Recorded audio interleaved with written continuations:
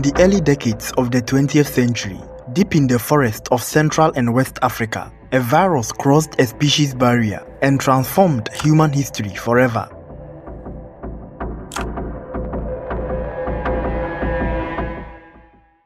What began as a harmless infection in non-human primates quietly adapted to humans. Over time, it evolved into HIV, Human Immunodeficiency Virus, one of the most notorious infections in the history of mankind. There were no headlines, just a slow invisible spread along trade routes, through expanding cities, across colonial transport networks, and eventually through international travel. By the time mankind noticed, it was already a global crisis. According to the World Health Organization, HIV/AIDS has killed over 41 million people between 1980 and 2023. Over 39 million people across the globe are living with HIV/AIDS. Over 25 million of HIV-infected people live in sub-Saharan Africa. Africa has been the core of HIV/AIDS infections for over 40 years. HIV, Human Immunodeficiency Virus, originated from a virus called Simian Immunodeficiency Virus, SIV, which attacks chimpanzees and other monkeys. The earliest known confirmed human case of HIV was found in a blood sample from 1959 in Kinshasa, Democratic Republic of Congo. From there, the virus spread across the globe through international travel. By the early 1980s, doctors in the United States began noticing unusual infections and cancers in patients, which led to the identification of AIDS in 1981 and the discovery of HIV in 1983. For the first time, the world had a name for the enemy, but the enemy had already spread. Upon entering the bloodstream, the Human Immunodeficiency Virus began to hunt one specific target, CD4 cells. CD4 cells are a critical subset of white blood cells that orchestrate immune responses against infections and diseases. They are the command centers of the immune system. In the initial phase, the virus attaches itself to specific proteins on the surface of a CD4 cell, allowing it to gain entry. After gaining access, HIV releases its genetic material and integrates it into the DNA of the CD4 cell. This marks the beginning of the replication stage. Inside the CD4 cell, the virus takes control of the cell's internal machinery to manufacture copies of itself. As new viral particles are assembled, the infected cell becomes damaged and ultimately dies. The newly formed viruses are then released into the bloodstream, where they infect other CD4 cells. Continuous replication and destruction of these cells gradually weaken the immune system. If untreated, HIV infection can progress to acquired immunodeficiency syndrome, AIDS, which is the most advanced and severe stage of the disease. At this point, the immune system is significantly compromised and unable to effectively defend the body against opportunistic infections and certain illnesses. At this stage, even minor infections can become deadly. The HIV virus uses a 7-stage life cycle to replicate and multiply within the human body. The 7 steps of HIV life cycle are attachment, fusion, reverse transcription, integration, replication, assembly, and budding. Antiretroviral drugs are highly specialized drugs designed to block one or more of these critical stages, effectively stopping viral reproduction, reducing viral load in the blood, preserving immune function, and dramatically lowering the risk of transmission. HIV begins by latching onto surface proteins on the CD4 cell, locking in with precision. But drugs like fostemsavir jam its grip before it even tightens. The virus reaches out, but nothing to hold. Another agent, ibalizumab, takes a different approach. It binds to the CD4 receptor itself and subtly reshapes it. Just like changing a lock, HIV can touch the door but cannot turn the knob. Suppose it somehow manages to cling on, the next move is fusion, merging its outer coat with the cell membrane to slip inside. That is where enfuvetide steps in, blocking the membranes from blending together. But let's say the virus gets in. Now, the real hijacking begins. HIV carries its genetic instructions in RNA, not DNA. To take control of a cell, it must rewrite its RNA into DNA, a process called reverse transcription. DNA, deoxyribonucleic acid, is the cell's long-term blueprint, a double helix vault of hereditary instructions. RNA, ribonucleic acid, is more like a working copy, short-lived, flexible, and essential for building proteins. HIV must convert its RNA into DNA to infiltrate the cell's command center.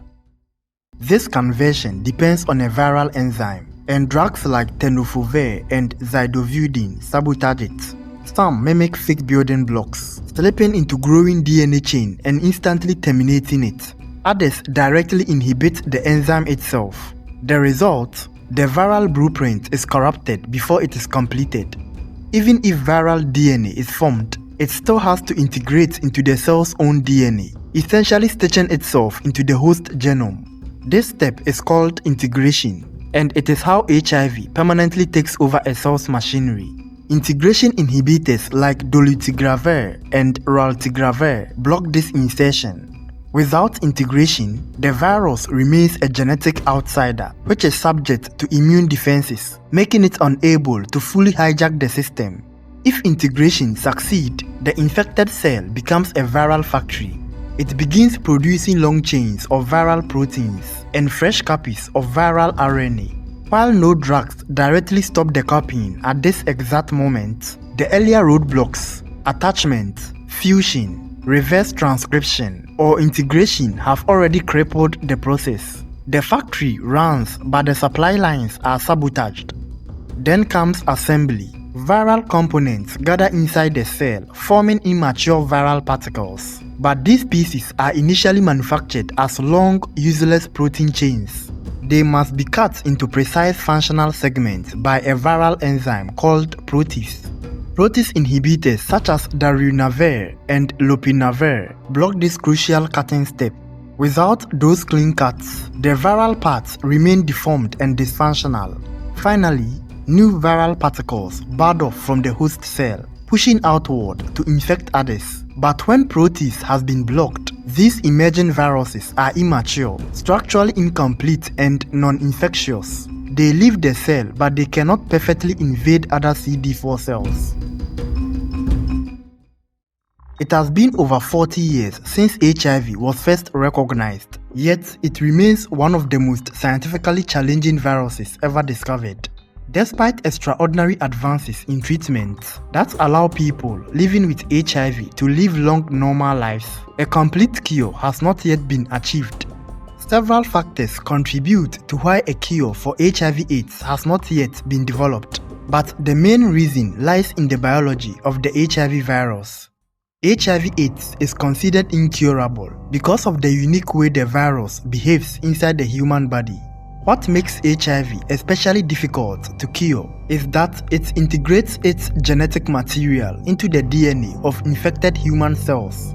Once integrated, the viral HIV genetic material becomes part of the infected cell's genome, meaning the immune system cannot distinguish the viral HIV DNA from the cell's own DNA, allowing the infected cell to continue living for years. Once this happens, the virus can remain hidden in a dormant state within what scientists call latent reservoirs, which are long-lived immune cells that contain integrated HIV DNA but are not actively producing virus. In this state, the HIV virus remains invisible to both the immune system and antiretroviral drugs. Even when treatment successfully reduces the virus in the blood to undetectable levels, these hidden reservoirs persist. If treatment stops, the virus can reactivate and begin replicating again. Also, the HIV virus mutates extremely fast. Every time it replicates, errors occur in copying its genetic material. This leads to drug resistance, immune escape, and high viral diversity within a single person. Because of this variability, the immune system struggles to produce antibodies that neutralize all viral variants. This simply means the prescribed antiretroviral drugs are only able to neutralize only one of the many mutated variants of the HIV virus within a single person. This makes vaccine development very complicated and difficult. Now, many viruses that gain access to the human body are almost instantly or gradually defeated and eliminated by the immune system. However, HIV is unique and difficult to tackle because it attacks the very cells responsible for coordinating immune defense, the CD4 cells. Over time, untreated infection reduces the body's ability to recognize harmful viruses, mount effective immune defenses, and control opportunistic infections. In advanced cases, which is AIDS, acquired immunodeficiency syndrome, even normally harmless infections can become life-threatening. These are few of the main reasons HIV/AIDS remains incurable. However, the main distinction is incurable does not mean untreatable. Although HIV remains incurable, modern medicine has transformed it from a fatal illness into a manageable chronic condition. People living with HIV/AIDS who receive consistent treatment can have a near normal life expectancy, healthy pregnancies, and no sexual transmission risk.